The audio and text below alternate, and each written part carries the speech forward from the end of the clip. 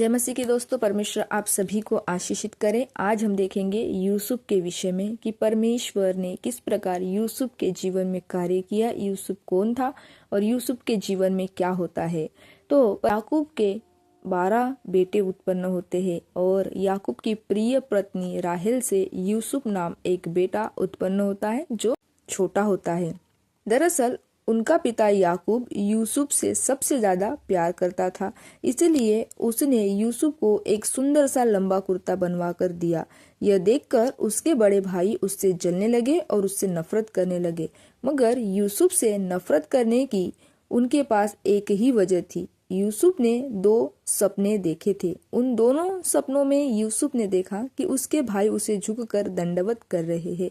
जब यूसुफ ने इन सपनों के बारे में अपने भाइयों को बताया तो वे उससे और भी नफरत करने लगे। एक दिन यूसुफ ने 10 बड़े भाई किसी दूर जगह पर अपने पिता की भेड़ बकरियां चरा रहे थे। तब याकूब ने यूसुफ से कहा कि अपने भाइयों के पास जाओ और देखो कि सब कुछ ठीक ठाक है कि नहीं। यूसुफ झट से चल दिया। वह अपने भाइयों के पास पहुंचा भी नहीं था कि उन्होंने उसे दूर से आते देख लिया। तब उनमें से कुछ कहने लगे, चलो आज उसे खत्म ही कर देते हैं।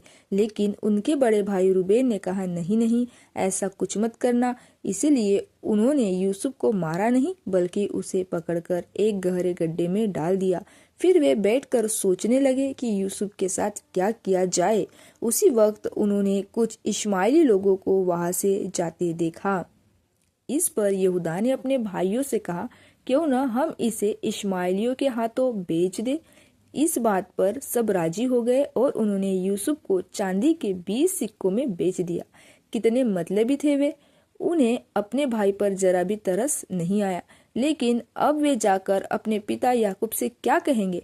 उन्होंने एक बकरा मारा और उसके खून से यूसुफ का पूरा कुर्ता रंग दिया। फिर वही कुर्ता लेकर वे अपने पिता के पास गए और कहने लगे, हमें यह कुर्ता मिला है, देखिए कहीं यह यूसुफ का तो नहीं। याकूब ने देखते ही अपने बेटे का कुर्ता पहचान लिया। वह रोते हुए कहने लगा, जरूर किसी जंगली जानवर ने यूसुफ को मार डाला होगा। यूसुफ के भाई तो चाहते ही थे कि उनका पिता ऐसा सोचे। यूसुफ की मौत से याकूब का दिल टूट गया और वह कई दिनों तक यूसुफ की याद में आंसू बहाता रहा। मगर यूसुफ मरा नहीं था, वह तो जिंदा था। आइए देखते हैं कि यूसुफ के साथ क्या हुआ। यूसुफ को मिस्र देश लाया गया। उस वक्त वो सिर्फ 17 वर्ष का था। वहां उसे पोतीपर नाम के एक आदमी के हाथों बेच दिया गया। पोतीपर फिरौन के यहाँ काम करता था। यह फिरौन कौन था? फिरौन मिस्र का राजा को कहा जाता था।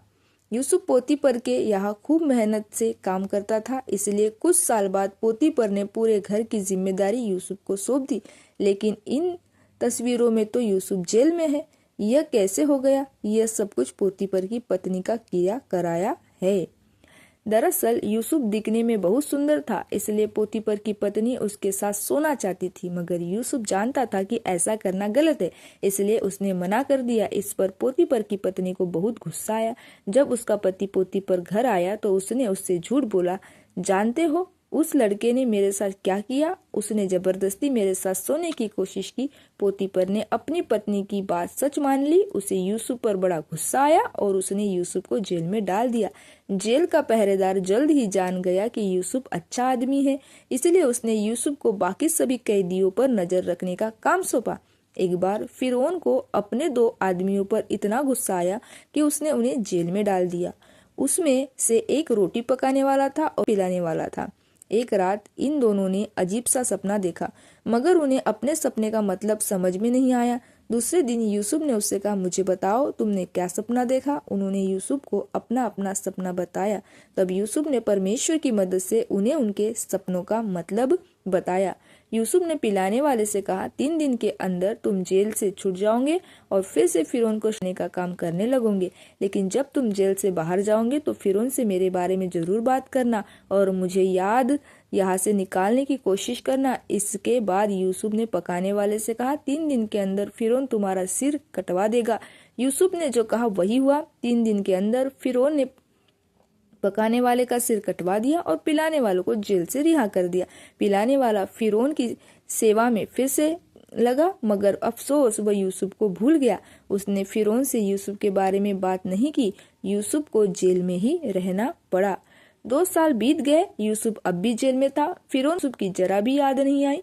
फिर एक रात फिरौन ने 2 अजीब से सपने देखे, जैसा कि आप यहाँ तस्वीर में देख सकते हैं। सुबह जब उठा तो सोच में पड़ गया कि आखिर उसके सपनों का मतलब क्या है। उसने अपने बुद्धिमान आदमियों को बुलवाकर अपने सपनों का मतलब पूछा, मगर वे भी फिरौन को कुछ नहीं बता पाए। तब अचानक पिलाने वाले को यूसुफ की याद आई। पिलाने वाले ने फिरौन से कहा, जब मैं जेल में था तब वहाँ मुझे एक आदमी मिला जो सपनों का मतलब बता देता है। फिरौन ने उसी वक्त यूसुफ को हाजिर करने का हुक्म दिया। जब यूसुफ आया तो फिरौन ने उसे अपने सपने का बताते हुए कहा, मैंने 7 मोटी ताजी गाय देखी, फिर मैंने 7 दुबली पतली गाय देखी। इसके बाद मैंने देखा कि दुबली गायों ने मोटी गायों को खा लिया। फिर मैंने दूसरे सपने में देखा कि एक डंठल में अनाज की 7 मोटी मोटी बालें निकली जो पूरी तरह पक चुकी थी। उसके बाद मैंने एक दूसरा डंठल देखा जिसमें 7 पतली और मुरझाई हुई बालें थी। फिर मुरझाई हुई बालों ने मोटी बालों को निगल दिया। यूसुफ ने फिरौन से कहा, दोनों सपनों का अर्थ एक ही मतलब है। 7 मोटी गायों और 7 मोटी बालों का मतलब है 7 अच्छे साल। इन सालों में मिस्र से ढेर सारा अनाज होगा। और 7 दुबली गायों और 7 मुरझाई हुई बालों का मतलब है अच्छे सालों के बाद आने वाले 7 बुरे साल। इन सालों में बहुत ही कम अनाज पैदा होगा। इसके बाद यूसुफ ने फिरौन से कहा, आप किसी बुद्धिमान आदमी को चुन लीजिए ताकि जब 7 अच्छे सालों में ढेर सारा अनाज हो तब वो उसे जमा कर सके। इससे यह होगा कि बाद में जब बुरे साल आएंगे तो किसी को भी भूखा रहना नहीं पड़ेगा। फिरौन को यूसुफ की तरकीब पसंद आई। उसने यूसुफ को ही अनाज जमा करने के लिए चुन लिया। इस तरह यूसुफ मिस्र का दूसरा सबसे बड़ा आदमी बन गया। 7 अच्छे साल बीतने के बाद अनाज की कमी होने लगी। तब एक दिन कुछ लोग यूसुफ के पास आए। पता है वे कौन थे? यूसुफ के 10 बड़े भाई कनान देश में खाने के लाले पड़ गए थे, इसलिए उनके पिता याकूब ने उन्हें मिस्र में अनाज लाने के लिए भेजा। यूसुफ ने अपने भाइयों को देखते ही पहचान लिया, मगर वे यूसुफ को नहीं पहचान पाए। जानते हैं क्यों? क्योंकि यूसुफ अब बड़ा हो गया था और उसने कपड़े भी अलग तरह के पहने हुए थे। अब यूसुफ को वे सपने याद आए जो उसने बचपन में देखे थे। क्या आपको उसके सपने याद है? उसके सपने में देखा था कि उसके भाई झुककर उसे दंडवत कर रहे हैं। अब यूसुफ समझ गया कि वो परमेश्वर की मर्जी से ही मिस्र आया और इसी में सबकी भलाई थी। आपको क्या लगता है अब यूसुफ क्या करेगा? आइए हम आगे देखते हैं। यूसुफ जानना चाहता था कि क्या उसके भाई अभी मतलबी और बेरहम है, इसलिए उसने अपने भाइयों से कहा, तुम लोग जासूस हो और हमारे देश की जासूसी करने आए हो। यूसुफ के भाइयों ने कहा, नहीं हुजूर, हम जासूस नहीं है, हम तो सीधे साधे और ईमानदार लोग हैं।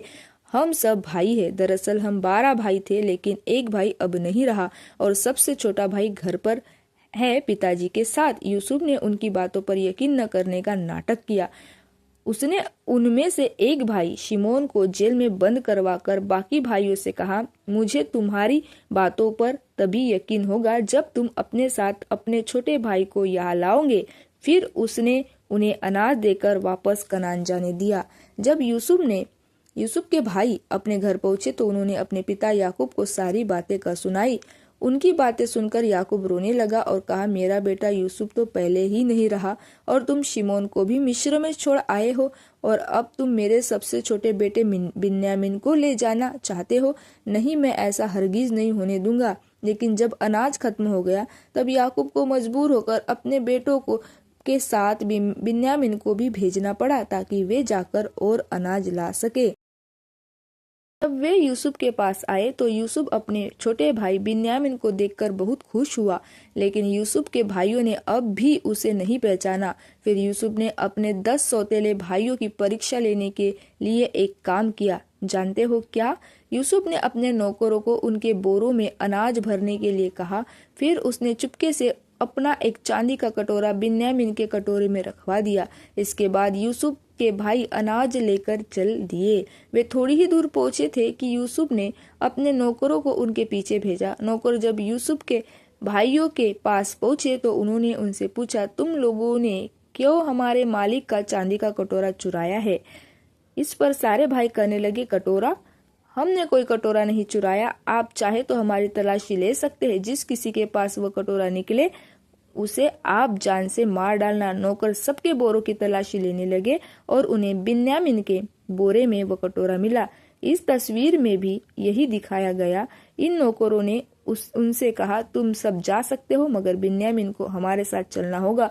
अब बिन्यामीन के सौतेले भाई क्या करते? बिन्यामीन को छोड़कर जाने के बजाय वे सब अपने उसके साथ यूसुफ के घर गए। यूसुफ ने अपने भाइयों से कहा, तुम लोग अपने घर वापस जा सकते हो, मगर बिन्यामीन को मेरा गुलाम बनकर यहाँ रहना पड़ेगा। यूसुफ की बात सुनकर यहूदा ने कहा, अगर मैं इसे लिए बिना घर गया तो मेरे पिता की जान चली जाएगी, क्योंकि वे इससे बहुत प्यार करते हैं। इसलिए आप इसके बदले मुझे अपना गुलाम बना लीजिए, लेकिन रहम करके मेरे छोटे भाई को जाने दीजिए। इससे यूसुफ जान गया कि उसके भाई बदल गए हैं। अब वे पहले की तरह मतलबी और दिल के बुरे नहीं थे। तो यूसुफ ने फिर क्या किया? अब यूसुफ से रहा नहीं जा रहा था। वह अपने भाइयों को अपनी असली पहचान बताना चाहता था।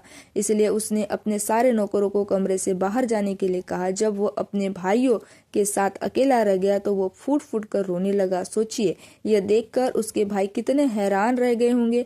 उनकी तो समझ में ही नहीं आ रहा था कि आखिर वो रो क्यों रहा है। तब यूसुफ ने उनसे कहा, मैं यूसुफ हूँ, पिताजी कैसे है? यह सुनकर उनके भाई भौचक्का रह गए। वे इतने डर गए कि उनकी बोलती बंद हो गई। लेकिन यूसुफ ने उनसे कहा, घबराओ नहीं, मेरे पास आओ। जब वे उसके पास गए तो यूसुफ ने उनसे कहा, मैं तुम्हारा भाई यूसुफ हूँ, जिसे तुमने बेच दिया था। यूसुफ ने उसके भाई से कहा, तुम इस बात के लिए खुद को दोष मत दो कि तुमने मुझे बेच दिया था।